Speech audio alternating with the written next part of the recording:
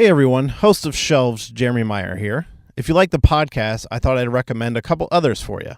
If you want to hear more about unproduced scripts, check out Screenplay Archaeology. If you want to hear some other movie or entertainment-related discussion, check out the Entertainment Buffet podcast. If you're interested in some video game discussion, check out my friends over at the Darkcast and darkstation.com. Also be sure to visit some of our friends of the show, the Nerds and Marks podcast and 616 Entertainment. Thank you, and enjoy the show.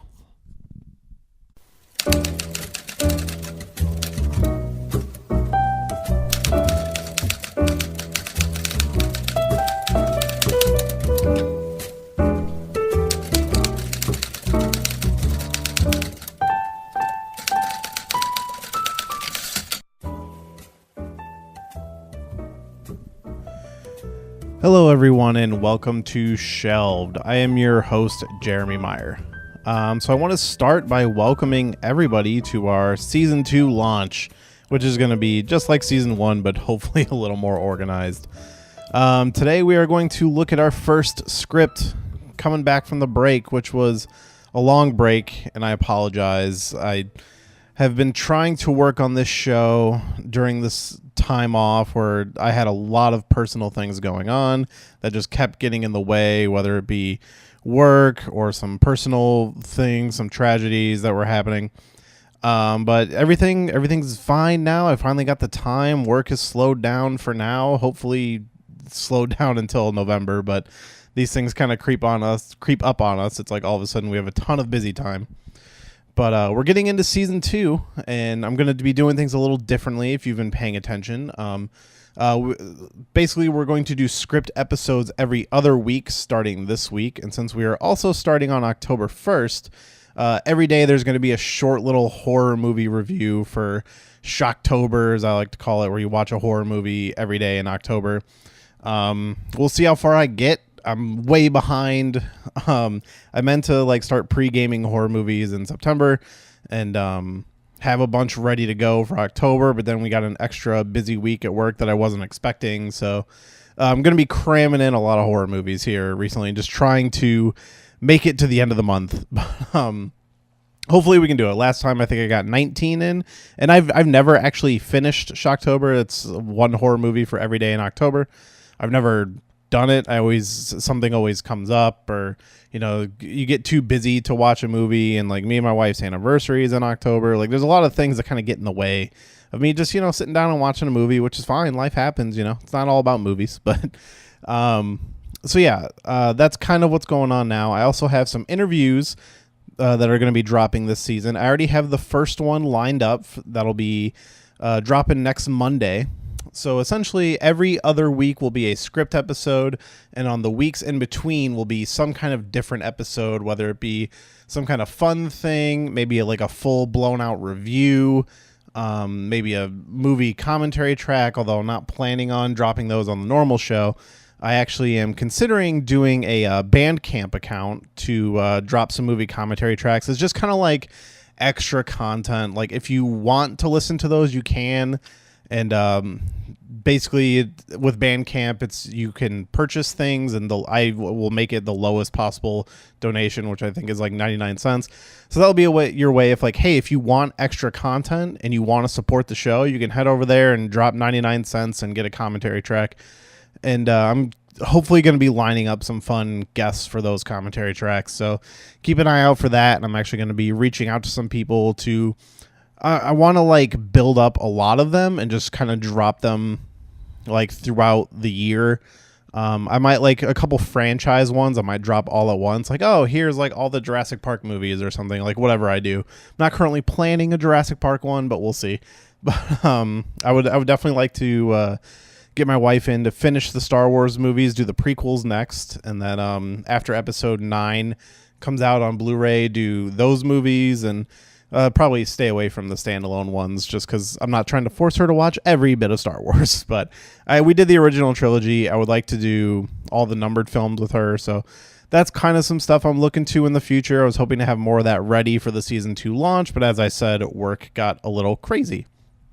But we are going to be jumping into this episode, which is going to be Iron Man. So this is an Iron Man script from 2004. The actual date is October 21st, 2004. And this is actually with a New Line. So this is before Marvel was getting ready to launch their own film division, and obviously before the MCU. This script is said it is written by Alfred. I'm probably going to butcher this name. It's Gough. So I'll say Go, kind of like dough, you know? So Alfred Gough and Miles Millar, with revisions by David Hayter. And I assume that is the same David Hayter who is the voice of Solid Snake in Metal Gear Solid. He does a lot of screenplay work and has actually worked on quite a few comic book movie scripts. I think one of the most famous ones being X-Men 2. But he's actually kind of littered across a multitude of comic book scripts, and is somebody I would actually love to talk to. I should actually see if I can reach out to him at some point. He was on he came to a convention here in town a few years ago that unfortunately I didn't have the time or money to go to, so I would have actually probably went out of my way to meet him. But that did not happen, so maybe he'll come back to a convention here and I'll maybe slip him a business card and see what happens. But all right, so we're going to look at this Iron Man script. Now, this was in 2004, so you got to think of where comic book movies were at this time. And honestly, you know, Batman and Robin in 1997 had almost killed everything. And it was luckily things like Blade and X-Men and the first Spider-Man movie completely rejuvenated the comic book movie like genre. And at 2004, I believe, was also the year that Batman Begins dropped. So comic book movies are in full swing at this point. This is kind of the beginning of, from this point on, there are comic book movies forever, as far as we can tell, you know. It didn't just start with the MCU in 2008. Like, movies were still coming out during that time.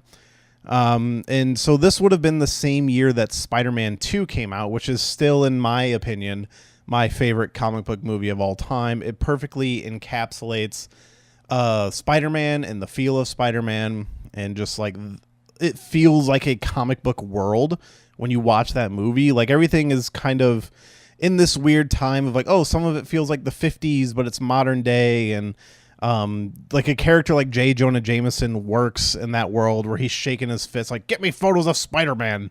Like, that stuff totally works in that movie because of the tone it sets. And that is one thing I will say about this Iron Man film, is it does feel like a 2004 Marvel movie. And I could envision a world where that Spider-Man and this Iron Man could exist in the same world, because obviously everybody is going to compare any Marvel movie to the MCU forever.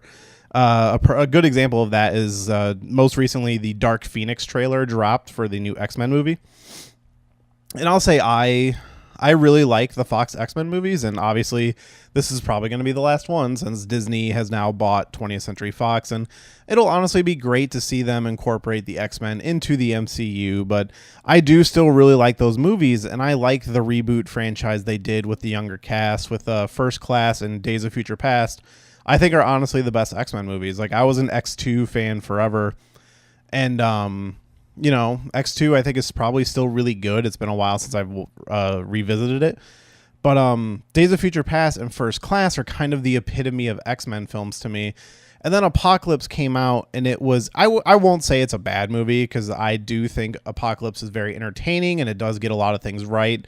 But they definitely ruined one of the best X-Men villains, and it's an okay movie. It's mediocre, and it is hilarious to see that, like, even after Apocalypse came out, like Logan came out, like there are still good X-Men movies happening, and there are still like stories that you can tell with that cast.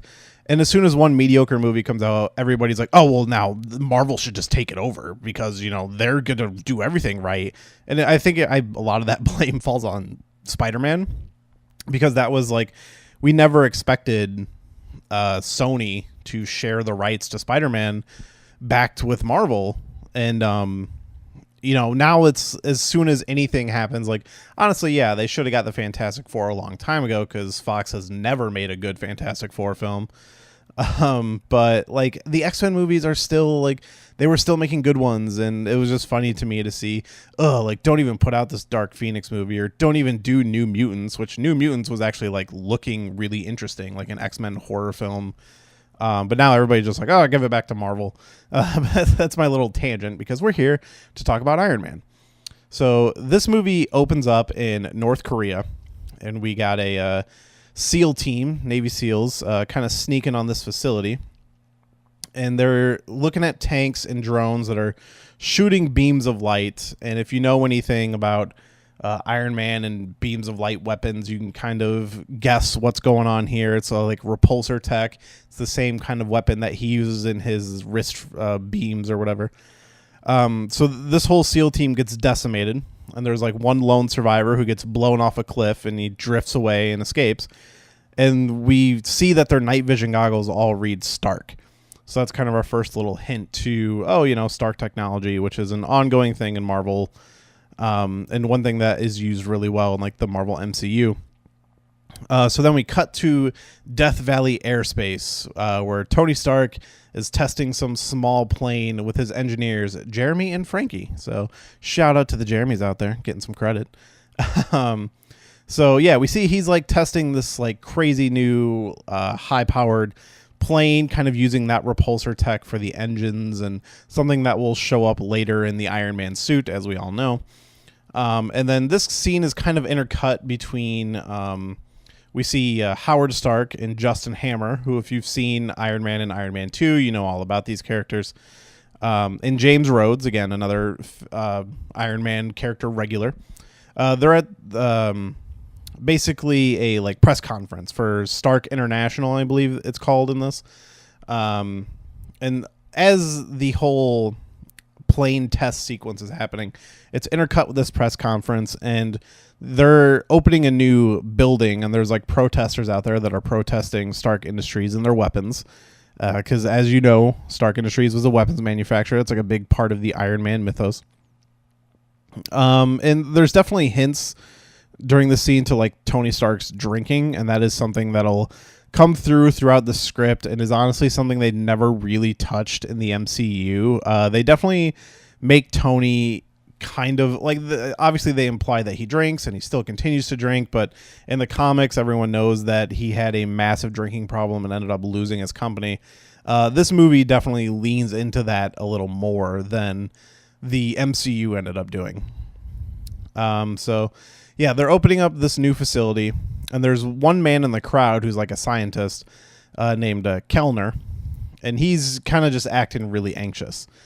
And again, this is all cutting back and forth between this, which is why I'm kind of all over the place. So as Tony's testing the plane fails, and he ends up kind of rocketing towards the ground, and he ends up being able to survive the crash. And while this is going on, Kellner comes on stage and tries to shoot Howard Stark, but Rhodes ends up having to shoot Kellner instead. So then after this happens, we jump back to South Korea, where we meet Bethany Cabe, who's kind of our leading lady of the movie. She's a CIA agent, and she's working with Richard, who is her ex-husband. And they're talking about what happened in North Korea and the possible weapons that are out there. They're investigating this whole, what happened with this SEAL team, and the weapons are kind of is what going to lead her to Tony here. So they meet with the wounded Navy SEAL, and he shows them his wound, which seems to be like burned by light. It's not like a typical bullet. It's like he was literally shot with rays of light that burned him. From there, we cut to Tony's office, and he's just sitting there signing checks with Mrs. Arbogast, who's his assistant. And one thing to notice, or to note, I should say, here in this script is there is no Pepper Potts. And I am not a huge reader of the Iron Man comics, so I don't know much about Pepper Potts in the comics. I obviously, like most people, because at the time Iron Man wasn't even that popular of a character when the movie came out, I'm more familiar with the movie version, so I know Pepper Potts from that, but there is no Pepper Potts in this script. So that's just something to keep in mind in case you're waiting for her to pop up. That's not going to happen. So yeah, then we see Tony. He's on his plane talking to reporters, having a party. Kind of. This is our little section where we get to see like, oh, Tony Stark's this drinking, partying guy. Again, something that I think the other movie does a lot better. So Tony's hanging with a model and he's talking about his repulsor energy, giving us a little bit of oh my God, what is the word? It has been so long since I podcasted that I can't even think of my words anymore. Exposition. That's the word I'm thinking of. So this is kind of the exposition. And he actually has a hologram, which, you know, the movies that we know, they lay heavy on that hologram tech that Tony has. There's a little bit of that in this. And, you know, it would be interesting to think that any of the ideas for the Marvel MCU movie came from this. I'm sure this script went across somebody's desk at some point, but it was always kind of my understanding that the 2008 Iron Man movie was kind of written on the fly. Like they maybe had some kind of basis for it, but they kind of just made it up as they went along. So I don't know if any of this script ever actually made it into that final version, but there are definitely some similarities. So we see Bethany in her office, and she sees Tony in the newspaper and notices the repulsor blast in the photo matches what they saw in the footage from the North Korea ambush. So Tony wakes up on his boat with some model, and Bethany shows up. And it's clear they know each other. They know each other from college. Like a little bit of this feels like Iron Man 3 when he knows, what is that actress's name? The girl from Weeds, whose name escapes me at the moment because I never really watched Weeds and I really only know her from Iron Man 3. So yeah, when that actress shows up, it's similar to kind of this, but it doesn't go the way it goes in Iron Man 3, which is a great movie, and I don't care what anybody says. So she asks Tony about the tech, and he agrees to meet with her. He gets his assistant to gather all the info on his tech that she can, and then that's when Tony goes to see Jeremy and finds out that Jeremy was one of his engineers on the plane. Remember, it's kind of a minor character, but it is one thing that helps move the plot along. So Jeremy's doing him dirty. He's been designing some of the repulsor weapons and giving them to Hammer Industries, so Tony fires him. And so we cut to Howard Stark's home, where Tony crashes through the gate in his red Hummer, which is actually a good moment. And I should say, I really enjoy the first half of this script. It does feel very Tony Stark. I will say, we'll get to it a little later, but the origin is obviously a little different. The movie was very close to what happened in the comics as far as his injury and stuff. That all plays out very different here, but they do a good job of establishing his character and being this kind of shithead that he is. He just drives through the gate in his red Hummer to go talk to his dad. And Tony explains that his company was founded with his father's money, but remains separate. And, it turns out Jeremy was stealing his tech, and kind of because of Howard Stark and Justin Hammer, they're working together. So Tony basically comes in and says he's suing them. And so on Tony's way out, he, walks by Rhodey, which him and Rhodey are friends. And they talk about how Rhodey, I think they went to school together, basically, and how Rhodey is actually this really great engineer and scientist, but instead he went to go be security for Howard. And Tony says, how their relationship is strained, basically, because he just went to be some pawn for Howard instead of doing great things like he thinks he could do. And this is actually a moment I really like about Tony, is as he's leaving after driving through the gate, he's already got a new gate ordered and on the way. So as he's leaving, the new gate's arriving, which I think is kind of a funny little moment. So Tony ends up calling Bethany for dinner. He's dinner at noon because, it's one of those things like, he's a rich guy, doesn't even know what time it is. But he actually shows up to pick her up in a helicopter in proper Tony Stark fashion.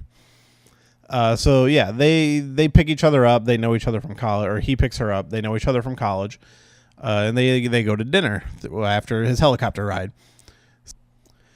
So yeah, Tony ends up picking her up, and he brings her to Paris for dinner, and they discuss how he might have built the weapons. Like, she shows him the stuff from North Korea, and he recognizes it as his stuff, and he, feels a little responsible. So again, kind of keeping in track with that Iron Man stuff.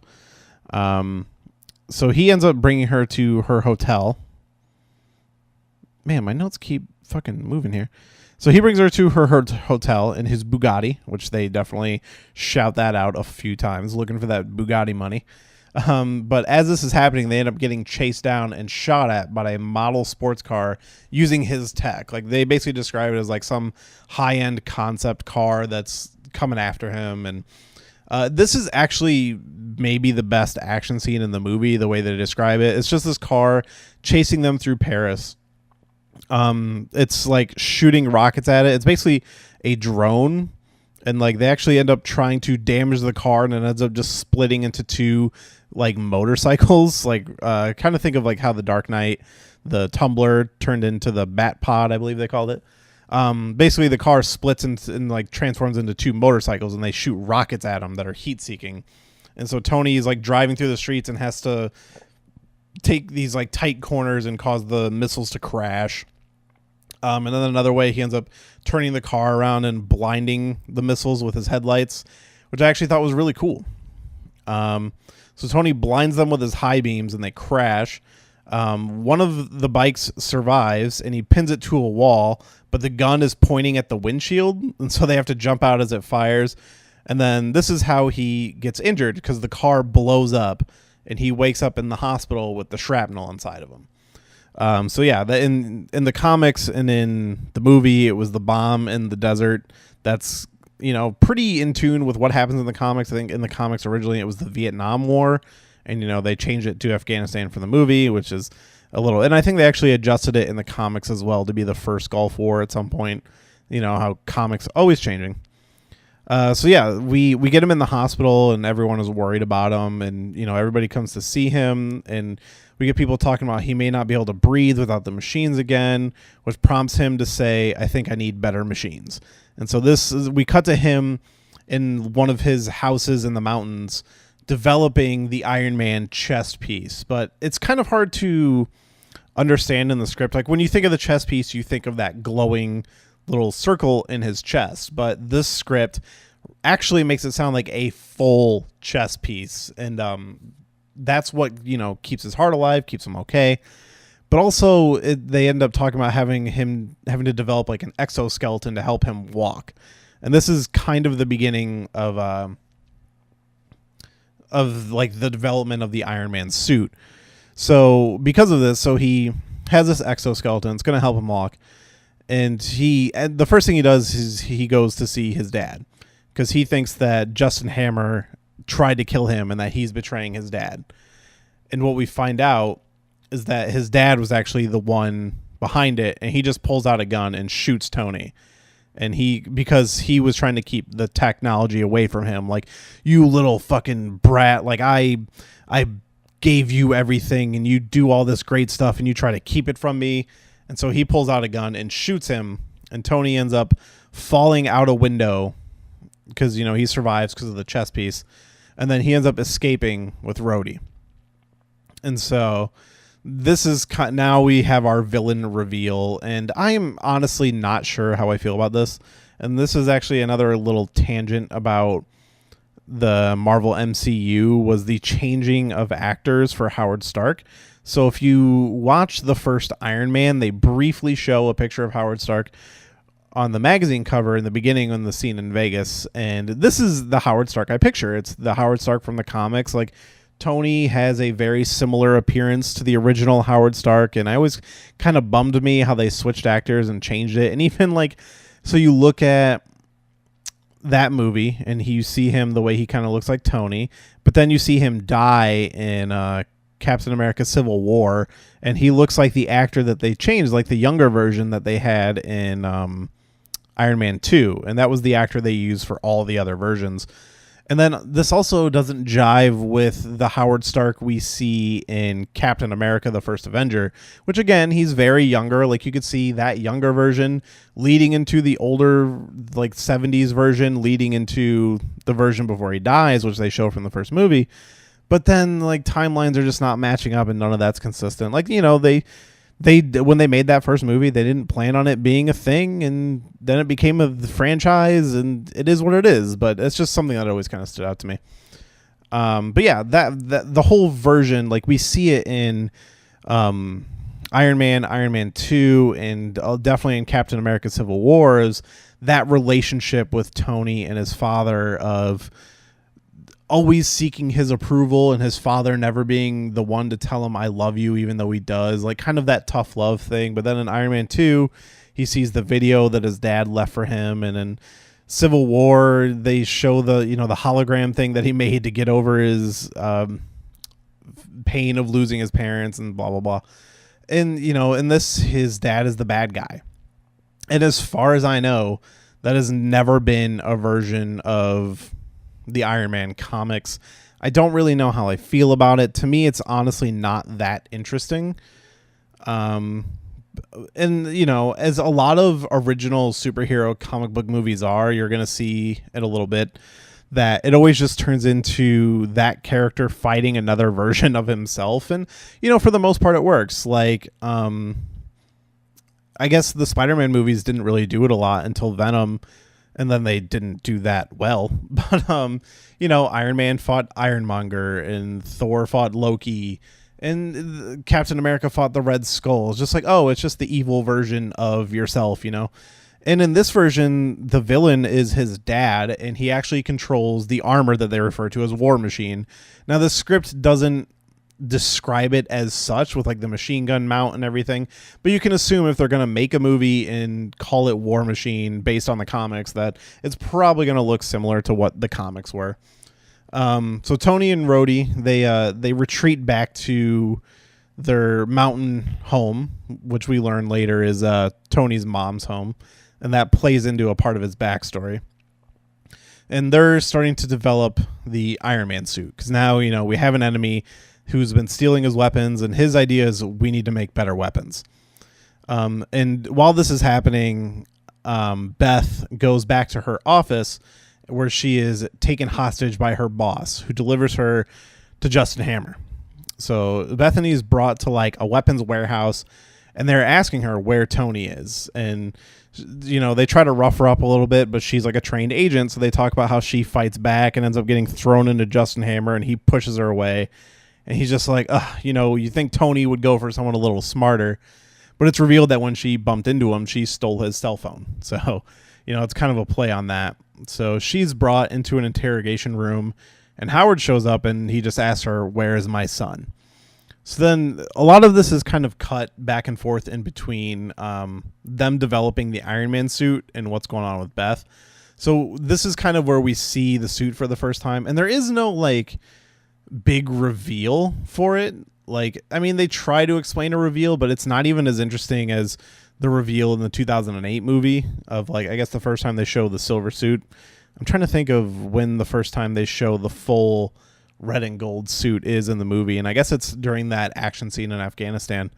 But this is just like, oh, he walks out of the building, and, they're showing it in different parts, but I don't know. It just didn't have that, gravitas of like, this is the Iron Man movie. This is the first time they're showing the Iron Man suit, and it kind of doesn't seem to matter.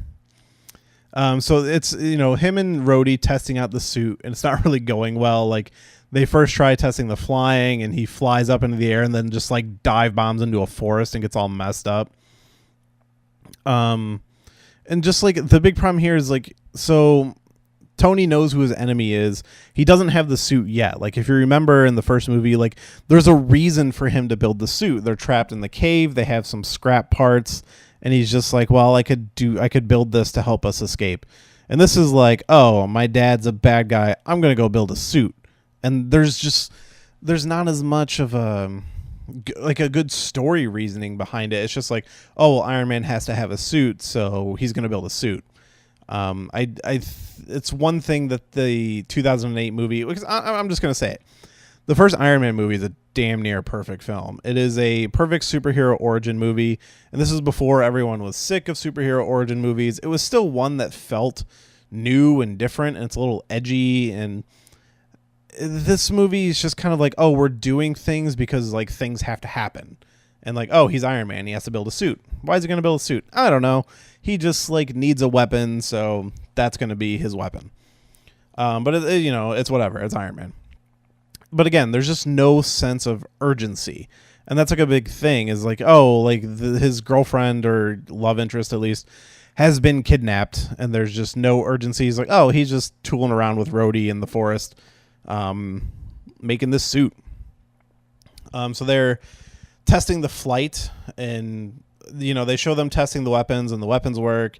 And then he's finally getting the flying down and Rhodey's driving in a Ferrari. He like picks up the Ferrari and is like spinning it around in the air as he's flying with it.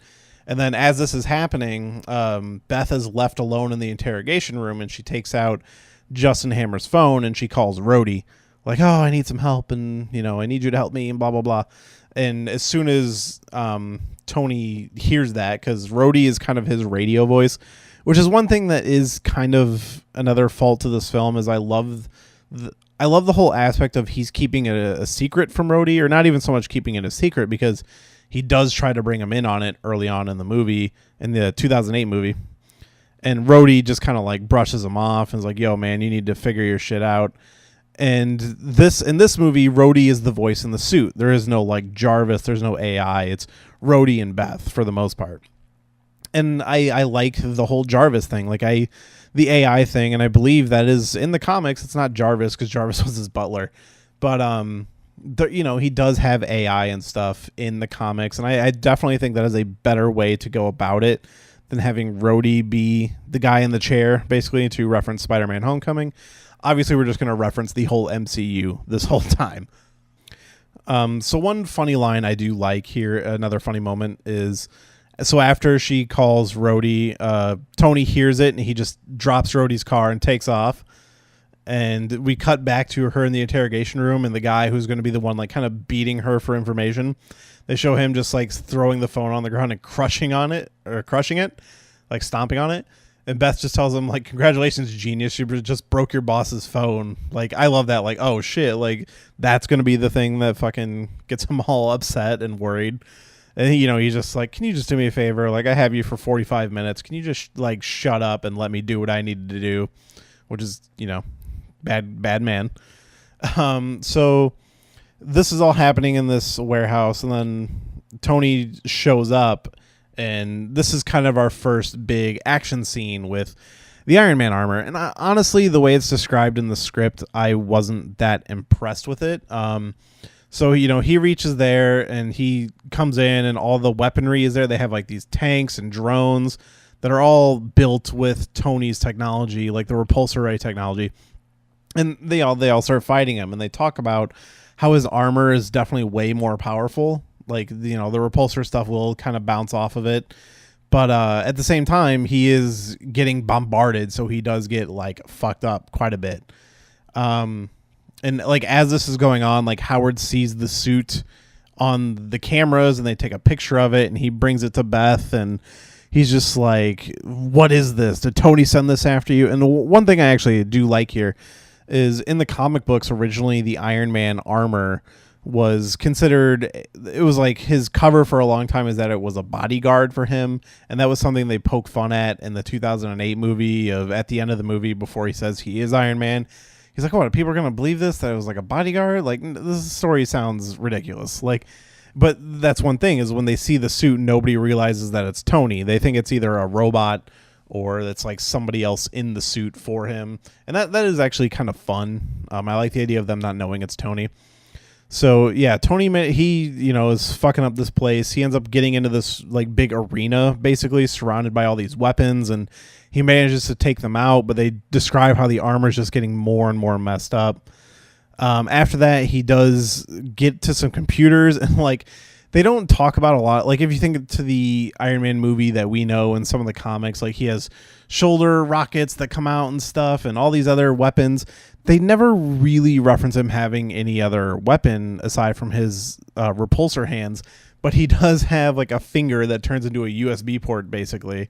And he hacks into the computer and steals all their files. So that's kind of his way of finding out, like, oh, man, they're getting these weapons out everywhere. Their whole plan is to basically become this huge arms dealer and make like billions of dollars. And they find out that Howard is going to kill the president, and install the vice president, who will then contract them to make weapons, or that's what he assumes their plan is. Because they have these GPS chips that they design, and they can also be used to basically kill somebody, because they built them with the repulsor tech built in for their battery, which would allow them to be able to overload it and make it basically turn it into a portable assassination device. And these were installed in the whole presidential line of succession. So the idea is that, they're going to kill the president, and then the vice president will take over, and him and Howard are good buddies, and go from there. So Tony gets into the room where Beth is, and Howard is in there with her, and Tony doesn't want to kill his dad, so he just takes Beth, and they escape. They show there's definitely a lot of RoboCop vision, in this, where they talk about seeing it from his HUD, and he looks up and sees, maps out a path through all the floors of the ceiling, and just blasts a huge repulsor hole through the building, and then escapes with her. So this leads back to the plan about the chips. And so he makes it back to the mountain house where they built the suit, and it's already they're like, we got to build the Mark II, which, if you remember in the original Iron Man movie, the Mark I was the big version he used to escape from the cave, and then the Mark II was the silver version. And then I believe that would have made the Mark III the red and gold version. So in this, it's just like the Mark I was the red and gold version, and the Mark II is a better red and gold version that can go up into space, which is kind of a tie back to the beginning. In the beginning, the whole plane situation was for them to try to, fly a plane into space, which didn't work. So this is kind of like his follow-up to that. It's like, we're going to build a suit that can go into space because I need to get to this Stark Industries satellite that controls all these chips. And so they're going to destroy the satellite so then they can't assassinate the president. And the satellite sequence is probably my second favorite sequence in the movie. My first being the car chase, which if you can find this script, and maybe I'll post it to our Tumblr like I used to, that scene, the car chase scene, the way it's described is all really good. So that scene kind of stands out, and so does the satellite one. So he ends up flying into space and destroying the satellite, which is kind of a whole thing. So it's like the president is giving a speech, and Tony's trying to hack into the satellite. He has to fly up there and literally connect to it, which there is a little reference to the comics here. Is when he reaches into space, they ask him how he feels, and they talk about him looking down at the earth, and he says invincible, which, in the comics, Iron Man was referred to as the Invincible Iron Man for a good portion of time. So, and I believe there was a line of comics called the Invincible Iron Man. So yeah, that was kind of a fun little throwaway line. So he gets on the satellite and he's trying to hack into it. But as he's doing this, the satellite passes over the president, and they start activating his chip. And, it's like, oh shit, he's dying on live TV. What do we do? So Tony just says, screw it. And he punches a hole through the satellite, and they're like, it totally worked, he's fine now, the chip stops trying to kill him. And they're like, well, now what are you gonna do? So he slowly pulls his fist out, and then all of a sudden the satellite starts to charge up, and it's going to explode. So he quickly tries to throw himself off of the satellite, but it does end up exploding, and it knocks him back to Earth. And this is actually another fun sequence where he's flying into the atmosphere, catching on fire, spinning around, nothing is working, and he's talking to Rhodey and Beth through the intercoms, and basically he's like, nothing's working, can you get anything working on your end? And they're like, no. And Beth is like, is anything actually working on that suit? And Tony's like, well, the communicators are, which I thought was pretty funny. So he ends up rocketing towards Earth, crashing into the ocean. And honestly, the way they describe it felt kind of terrifying. Just imagine, I kind of have claustrophobia, and the ocean is a terrifying place to me with just how deep and dark it is. And so he, lands in the Atlantic Ocean, and he has no power, and he's just trapped in the suit as he sinks like a fucking rock to the bottom. And they talk about the pressure kind of starting to crush his suit, but he, lands on the bottom and he's stuck there.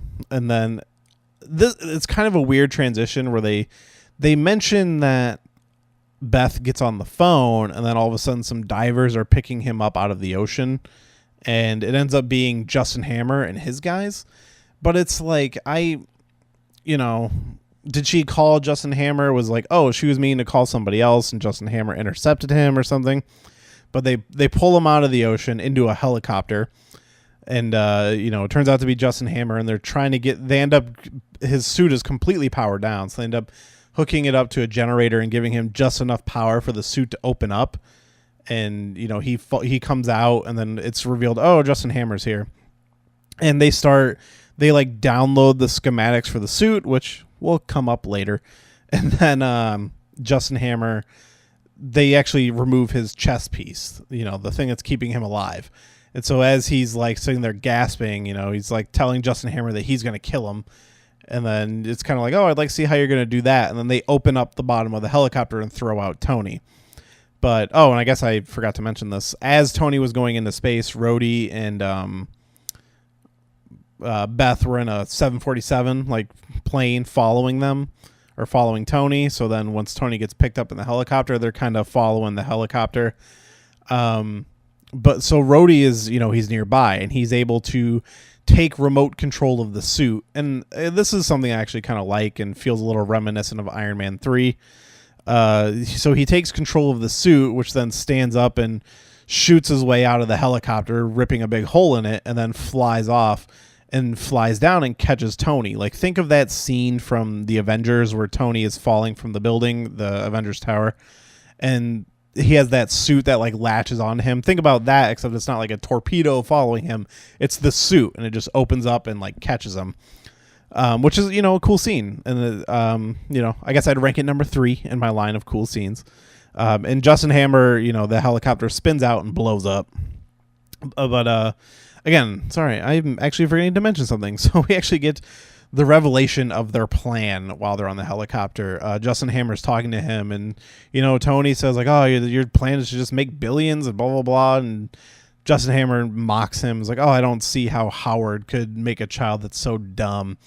And basically he explains that for a long time, Howard has basically seen the world as a giant trash pile and thinks that, they could do it better, and basically thinks that people with power need to rule the world. So his plan is they're going to rule the world. They're going to install the vice president and basically just use him as a puppet to... They're like, we have military bases all over the world, and because of your technology that we've built, we can send it to all these bases and just move in on all these countries at once. The entire world united under one flag. And Tony's just like, well, that's insane, and people are going to rise up. And they're like, well, nobody's going to rise up to your weapons because nobody can defend against them, basically. And so, so then that all happens. The helicopter blows up. Justin Hammer's dead. So then Tony immediately goes to see the president, and he tells him what happened. My dad tried to kill you because of all this, because of the chip and blah, blah, blah, but you're safe now.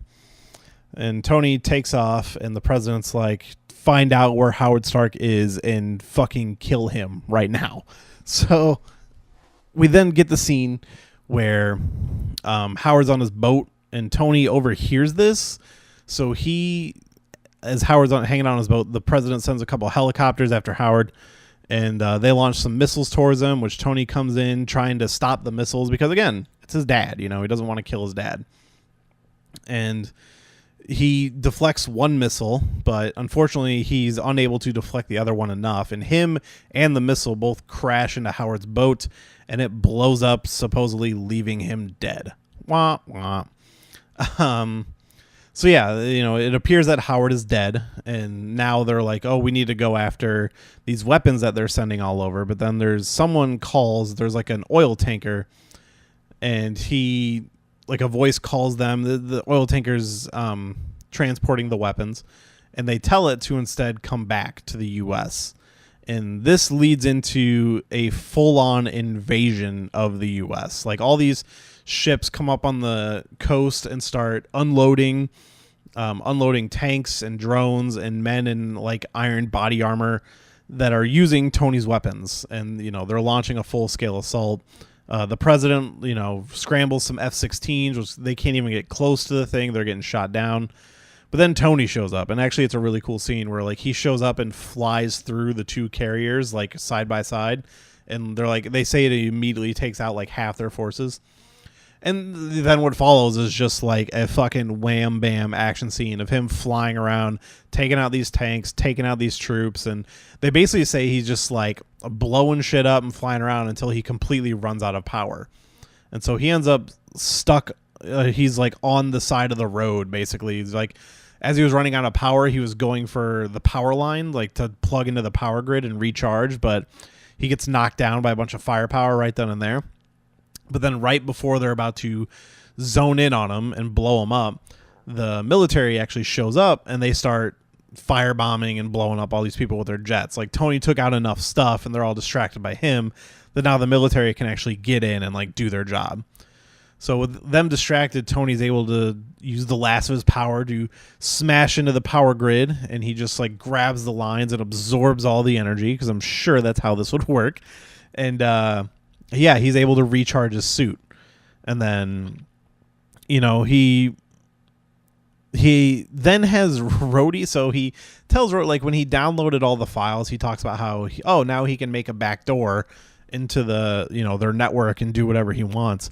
So while this is all going on, he tells Rhodey to get to his computer.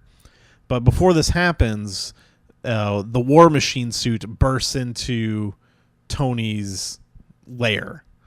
Where Rhodey and Bethany are, they're watching everything on the screens as Tony's out there fighting everybody, as I said, the guy in the chair.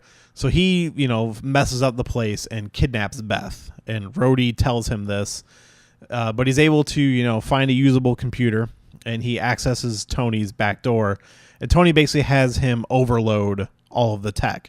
So all the tanks and drones blow up, and then the iron suits malfunction, and everybody just gives up. The problem with that is, why didn't he just do that in the first place? Like, we wasted all this time coming in, blowing shit up, and he could have just overloaded it the whole time. Is not really something I understand. I like the idea of this whole invasion scene, and the president is actually the one who gives him the name Iron Man, which is reminiscent of Man of Steel, when they give him the name Superman, which is, there's that scene where it's like, oh, it's Superman. They're like, Superman. It's like, oh, that's just what everybody's calling them. Like, the president knows it's Tony in the suit, so he's like, give him the designation Iron Man. So everybody just starts calling him Iron Man. And even when Tony's like talking to the military, they call him Iron Man. He's like, what? He's like, what do you call me? He's like, oh, that's what the president gave you the call signs. So I was like, all right, that's where the name comes from. Which I always kind of appreciate. As it's something the Spider-Man movies did too. Is the human spider. Is like, oh, kid, that sucks. I like, because superhero names are fucking silly. Like, imagine Batman v Superman, where some guy just literally decided to call himself Batman. It's something that I always like when the villains or the bad guys call him the Bat or the Batman, because, like, I don't know, adding the makes it sound a little less silly. And kind of instills like that fear they have in him. So yeah. So this is going to lead us into our final battle. Tony knows where he is, which is at that weapons factory where Beth was before. So Tony flies there, and the first thing he sees is Beth dead on the ground. So right away, the bad guys killed her off screen. And this actually kind of plays into a story from earlier, as you find out that Howard actually blames Tony that their mom is dead. Like, he tells a story about where they went out boating, and the boat, because of they were being reckless and how many people there were on the boat, caused it to flip, and the mom did not survive, and he's always kind of blamed him. And there's a line where Tony's it's like, think that would have happened or whatever. It's it's just fate. And Tony's like, it's not fate, it's physics, because of the people on the boat and the trajectory and blah, blah, blah, like boiling it down to a science equation, which is very stark of them, which again is like something I kind of like. And that kind of comes up here is, he killed Beth basically to avenge his wife. And this leads into Howard and Tony and their final fight, which is a lot of them just kind of shooting tech at each other and flying around. The big move comes when Tony flies. He ends up losing a glove, and his mask, and so he rockets towards Howard from the ground and ends up bringing him down into some trees. And then this leads them back to the building. Howard ends up getting buried in some rubble, but he ends up breaking out and shoots missiles at Tony, which miss, but they were missing on purpose. He actually hits the building behind him, and then the rubble falls onto Tony. And then, Howard's kind of walking towards him and giving his little speech, but then Tony busts out of the rubble and then just starts beating Howard down, like just knocking off pieces of his armor, just like they basically describe it as like, a brutal fist fight. And then the way they describe it is he breaks the arm over his knee of the War Machine. And I assume that would mean he's breaking Howard's actual arm and not just the War Machine armor. And, it's kind of like, it's over. And Howard's like, it's over when I say it's over. And they reveal that he has like a big bomb on his back, and Tony's like, you could kill us both, but Howard actually plans on launching the missile, but it malfunctions and it's stuck to him. And then Tony tries to get away, but it blows up, killing Howard and Tony being like thrown away. And then this, now our villain is dead, which I actually forgot to mention. There's a really good line of dialogue that I do like. When he's coming in as they're fighting and Tony's coming at him, Howard's like, yeah, show me who you are. Show me what you're made of. And Tony's like, my name is Stark and I'm made of iron, which is like cheesy, but I kind of like it. It's right up there. Like I said, this feels very much of the 2000s Spider-Man. And I love that tone, that comic booky tone, and this could totally fit within that tone. So, as cheesy as it is, I still really enjoy it. The Howard is dead, Beth is dead, and now we kind of get our little wrap up, which is Tony taking over the company and getting ready to go into a board meeting of I got some things to say to these people. But then Rhodey comes and talks to him, and he's like, hey, man, I got some bad news. All the stuff you downloaded from their computers, it shows not just all the weapons they built, which was just the stuff in all these bases around the world that they were going to plan to take over, but they also were selling patents, selling the technology and the blueprints to people. And they reveal that, Tony has the Iron Man suit in his office, kind of ready to go like Batman. And basically implying that his work is not done. That, they're like, oh, we have no idea what kind of weapons are out there now. And Tony's like, well, it's time to go find out. And that's the end of the movie. Overall, I think it's a rocky kind of movie. We think about where we were in 2004 with superhero movies, and I think it would have been fine. I don't think it would have been better than Spider-Man 2, which would be my favorite comic book movie at the time. And then Batman Begins also, which really changed the tone of superhero movies of dark and serious. This really works, which was then solidified with The Dark Knight and pretty much ruined DC movies from that point on outside of the Nolan Batman movies. But yeah, I definitely think this movie could have worked. I do think some more revisions would have been made. It would have been interesting to see how this movie came out, but I have to say, I don't know who you get to be Iron Man in 2004. Iron Man worked because of Robert Downey Jr. And, we're all saying that because Robert Downey Jr. has been Iron Man for over 10 years now, and we don't know anything else. And, there's always rumors that Tom Cruise was up for it at one point, which I don't think would have been good, but it would have been interesting to see who could have filled that role at that time. And, maybe would be saying a different thing if, somebody else had done it before Robert Downey Jr.